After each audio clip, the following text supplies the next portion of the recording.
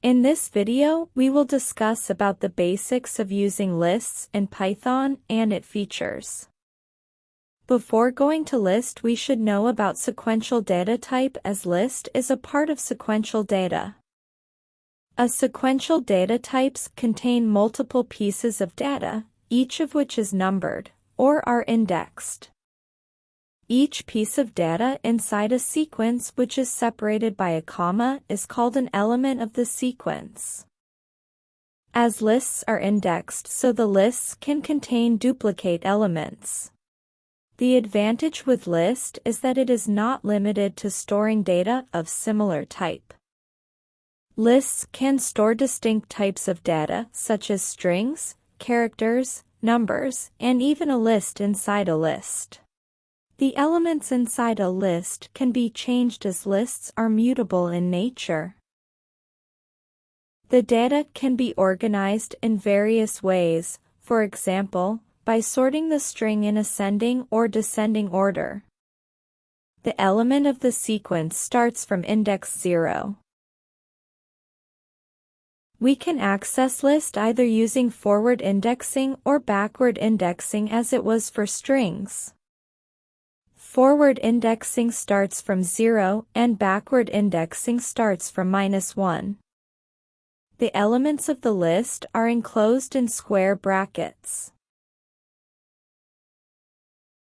We use comma to separate each element present in the list.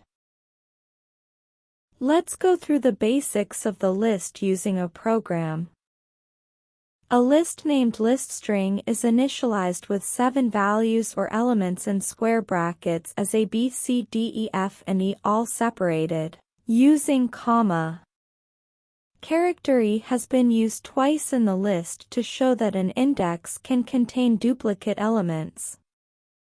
Print statement is added to print all the list values. When executed, we can see that all the list values has been printed, including 2 times character E. As lists are indexed, so we can have any number of duplicate items stored in the list.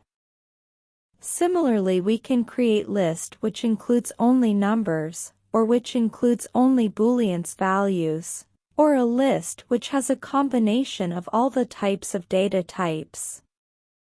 A list is not restricted to just one type of data type.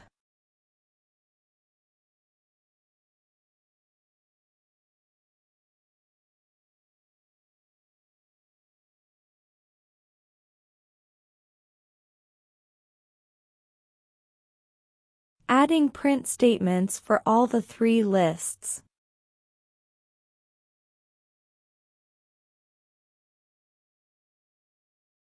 When executed, we can see that it has printed all the 3 lists of similar and different data types.